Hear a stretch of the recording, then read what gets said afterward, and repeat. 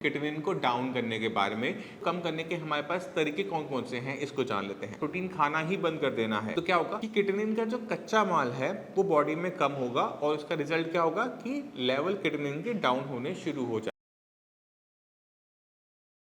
नमस्कार, मेरा नाम है डॉक्टर पुरु धवन और आज इस वीडियो में हम बात करने वाले हैं क्रिएटिनिन को डाउन करने के बारे में कि अगर आप किडनी फेलियर के पेशेंट हो, अपना क्रिएटिनिन डाउन करना चाहते हो, जीएफआर बढ़ाना चाहते हो तो कौन कौन से तरीके हमारे पास होते हैं। तो क्रिएटिनिन जो होता है, समझने वाली बात है कि सब किसी की बॉडी में बनता है। एक किडनी फेलियर पेशेंट की बॉडी में भी बनता है और एक नॉर्मल हेल्दी इंडिविजुअल की बॉडी में भी क्रिएटिनिन बन रहा होता है और ऑलमोस्ट सेम मात्रा में ही बन रहा होता है। बस फर्क इतना होता है कि किडनी फेलियर पेशेंट की बॉडी में किडनी उसको बॉडी से बाहर निकाल नहीं पा रही होती। जब वो निकाल नहीं पा रही तो क्रिएटिनिन तो बन रहा है, निकल नहीं पा रहा तो इकट्ठा होना शुरू हो जाता है ब्लड में और वो हमें ब्लड में बढ़ता हुआ दिखता है केएफटी रिपोर्ट के अंदर कि क्रिएटिनिन की वैल्यूज बढ़नी शुरू हो गई। अब जो जीएफआर होता है, जीएफआर की जो वैल्यू होती है वो हम क्रिएटिनिन की वैल्यू से ही निकालते हैं कैलकुलेशन करके और वो आपकी एज क्रिएटिनिन की वैल्यू डालते हैं, मेल फीमेल डालते हैं तो एक सिंपल सा कैलकुलेटर होता है वो जो आपकी स्क्रीन पे आप देख पा रहे हो, इसी की हेल्प से कैलकुलेट कर लिया जाता है कि आपका जीएफआर कितना है। तो अगर हमने जीएफआर बढ़ाना है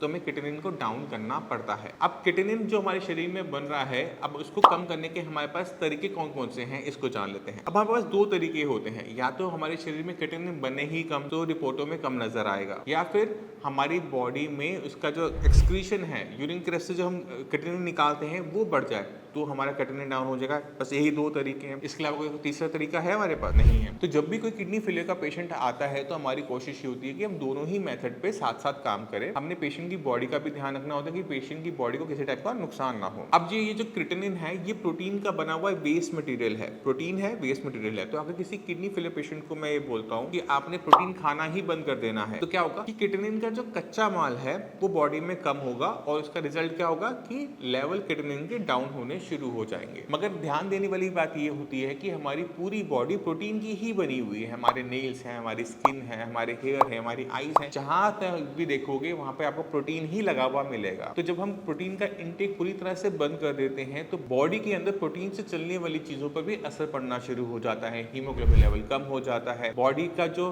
रिपेयर वर्क है वो नहीं हो पाता। तो प्रोटीन को पूरी तरह से बंद करने पे हमें बहुत बड़ा नुकसान होता है। शॉर्ट टर्म में क्रिएटिनिन डाउन हो भी जाता है तो वहां पर वो रुक नहीं पाता है क्योंकि किडनी को भी रिपेयर होना है। किडनी को रिपेयर होने के लिए फिर से हमें दोबारा से प्रोटीन चाहिए जो कि बॉडी में है नहीं। प्रोटीन कम होने की वजह से बॉडी में पानी भरना शुरू हो जाता है, नई दिक्कतें आनी शुरू हो जाती हैं। तो प्रोटीन का इंटेक हमने करना होता है बट वो बैलेंस्ड वे में करना होता है। बॉडी को हमने बस उतना ही प्रोटीन देना होता है जितना बॉडी उससे अपने जो बेसिक फंक्शंस हैं वो सारे परफॉर्म कर सके। तो हम क्या करते हैं, हम क्या अपने सारे पेशेंट्स को बोलते हैं कि आपने प्रोटीन का इंटेक करना है बट कम मात्रा में करना है। प्रोटीन वो लेना है जो इजीली डाइजेस्ट हो जाए, इजीली एब्जॉर्ब हो जाए और कम से कम मात्रा में क्रिएटिनिन को बनाए। तो अब ऐसा प्रोटीन कौन सा होता है? ऐसा प्रोटीन होता है दाल। दालें बहुत आराम से एब्जॉर्ब हो जाती हैं। आपको बुखार होता है 100 का 101 का तो भी अगर आपके घर वाले आपको क्या कहते हैं, खिचड़ी खा लो। क्यों कहते हैं खिचड़ी खा लो? क्योंकि इसे डाइजेस्ट करना आसान होता है। तो हम क्या करते हैं कि जो खिचड़ी की दाल है, मूंग, मसूर और मोट, क्योंकि ये तीनों दालें बहुत हल्की होती हैं, डाइजेस्ट करने में आसान होती हैं, यहाँ से हम प्रोटीन का सोर्स लेते हैं। दूसरा सोर्स हम क्या लेते हैं, वो है मिल्क। मिल्क बहुत इजीली एब्जॉर्ब हो जाता है बॉडी में, बहुत ज़्यादा दिक्कत नहीं करता। जिनको दूध डाइजेस्ट हो जाता है उनके लिए दूध सफिशिएंट रहता है बट इनकी मात्रा भी इंपॉर्टेंट है कि हम कितनी मात्रा में इन्हें कंज्यूम कर रहे हैं। दूध ज़्यादा लोगे फॉस्फोरस बढ़ेगा, कैल्शियम बढ़ेगा तो वो दिक्कत पैदा कर देता है। दालों का इंटेक ज़्यादा करोगे तो वहाँ पर प्रोटीन बॉडी में ज़्यादा होने की वजह से क्रिएटिनिन ज़्यादा हो जाएगा। तो हमने क्या करना है, हमने 1 बाउल ऑफ दाल, हम जो दाल खाते हैं वो, और हमने 1 कप ऑफ मिल्क, कोई एक चीज ले लेनी होती है क्योंकि इतना ही प्रोटीन हमें चाहिए होता है डेली डे अपने जो फंक्शंस करने के लिए। प्रोटीन की जो रिक्वायरमेंट है इसमें कंप्लीट हो जाती है। तो दाल अब हमने जो लेनी है तो हम दाल को थोड़ा पतला पतला लेते हैं, गाढ़ी गाढ़ी दाल नहीं लेते, पतली पतली दाल लेते हैं जिससे बॉडी में प्रोटीन कम जाए और जाए जरूर। बस इससे क्या होगा, हमारे काम बन जाएंगे। तो इससे हमें फायदा क्या मिलता है, क्रिएटिनिन को कंट्रोल करने में हमें हेल्प मिल जाती है। जैसे मैंने आपको दूसरा तरीका बताया था कि 2 तरीके होते हैं, वो है किडनी की फंक्शनिंग बढ़ाकर भी हम क्रिएटिनिन को डाउन कर सकते। तो यहाँ पर आपको समझने वाली बात है कि जो ट्रीटमेंट है किडनी फेलियर का वो यही है। हम डाइट से कुछ टाइम तक कुछ होल्ड कर सकते हैं, बट आप सोचो कि अगर आपकी उम्र 40 साल है तो एक इंसान की जो उम्र होती है वो 80 साल तक हम एवरेज मान के चलते हैं। अगर 40 साल में अभी किडनी खराब होनी शुरू होगी तो अगले 40 साल क्या आप खाने पीने को बहुत ज्यादा टाइट रख पाओगे? नहीं रख पाओगे। इसी वजह से हमने पहले रखा बैलेंस डाइट जिसके अंदर प्रोटीन की मात्रा है, कम है बट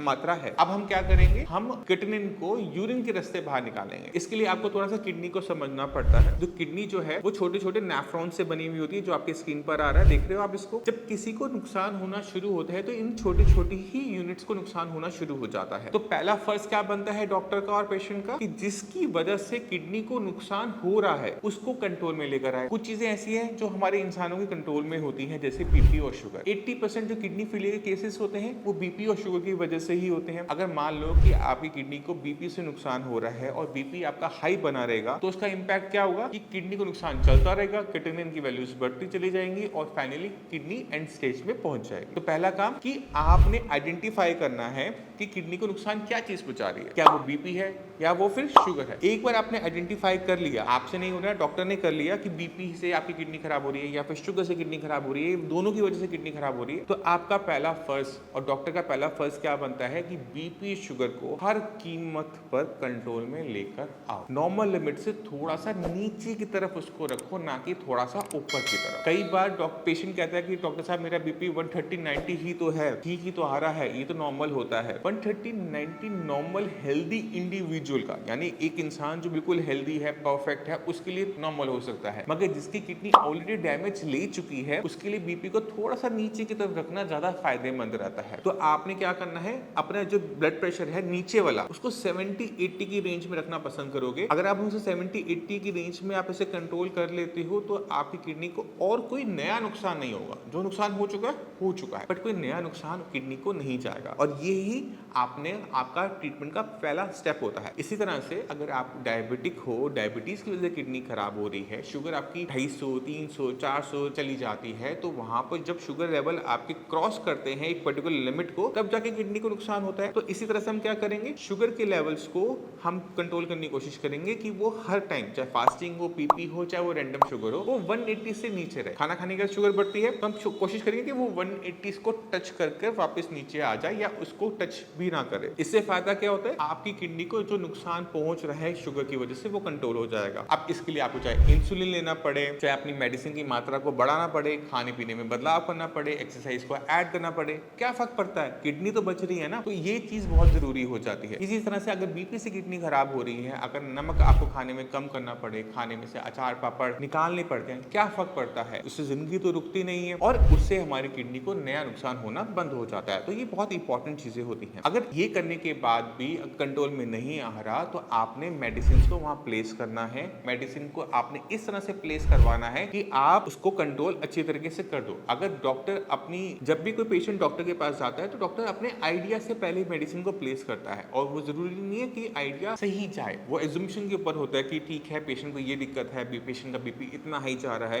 तो उसको ये वाली डोसेज की मेडिसिन जाएगी, तो हम आइडिया से पहले मेडिसिन को प्लेस करते हैं। मगर क्या होता है कि पेशेंट की जो अगली विजिट होती है वो 1 महीने बाद होती है। अगर बीपी पहले हाई था, अब नीचे की तरफ आया, बट वो स्टिल हाई है, नॉर्मल लिमिट से ऊपर है, तो पूरा महीना किडनी को डैमेज चलता रहता है और अगली रिपोर्ट फिर से खराब आ जाती है। तो पहला फर्ज आपका क्या बनता है, मेडिसिन शुरू करना। मेडिसिन शुरू करने के बाद फर्ज बनता है कि डेली बेसिस पे अपनी बीपी और शुगर को मॉनिटर करना और एक चार्ट बना लेना कि मेरा बीपी कितना हाई जा रहा है और मेरी शुगर कितनी हाई जा रही है। बीपी को जब हम टेस्ट करते हैं तो मेडिसिन खाने से पहले टेस्ट करते हैं, मेडिसिन खाने के बाद नहीं। तो सुबह उठते पहला काम क्या है, बीपी चेक, उसके बाद बीपी की मेडिसिन खाओगे। क्यों करोगे, क्योंकि बीपी हमें 24 घंटे 365 दिन और बहुत लंबे ड्यूरेशन के लिए कंट्रोल में रखना पड़ता है। अगर मेडिसिन लेने के बाद बीपी कंट्रोल में आ जाता है और कुछ घंटों के बाद फिर वो बढ़ना शुरू हो जाता है, तो वहां क्या होता है कि हम हर टाइम तो बीपी की मशीन लगा के बैठे हुए नहीं है, बीपी दोबारा से बढ़ता है, फिर किडनी को डैमेज करता है। अब ये जो थोड़ा डैमेज जो बीपी करता है बीच में, 2 मेडिसिन के बीच में जो थोड़ा सा डैमेज कर देता है, प्रॉब्लम क्या होती है, उससे डैमेज का बढ़ता चला जाता है, किडनी लेवल बढ़ते चले जाते हैं। तो हम क्या करेंगे, हम हम मेडिसिन खाने से पहले ही बीपी चेक करेंगे। बीपी ठीक है तो भी मेडिसिन खाएंगे,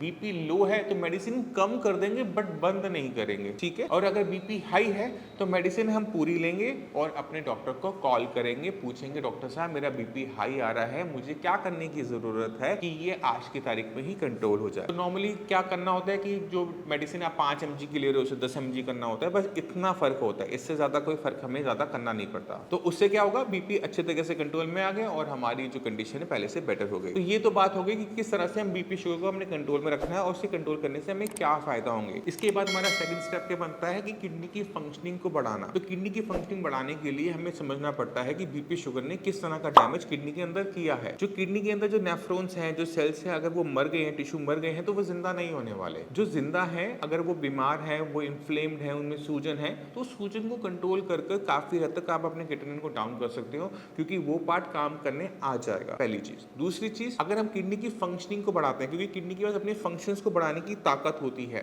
जैसे अगर किसी की किडनी एक निकाल ली जाए तो एक ही किडनी पे पेशेंट का क्रिएटिनिन लेवल बढ़ता नहीं। क्यों नहीं बढ़ता? क्योंकि सिंगल किडनी भी अपने फंक्शंस को इंक्रीज कर लेती है। तो हमें किडनी की ये प्रॉपर्टी को यूज करना होता है कि वो क्रिएटिनिन को डाउन करते हैं। तो दो तरीके हो गए, इन्फ्लेमेशन को दूर करना और किडनी की फंक्शनिंग को बढ़ाना।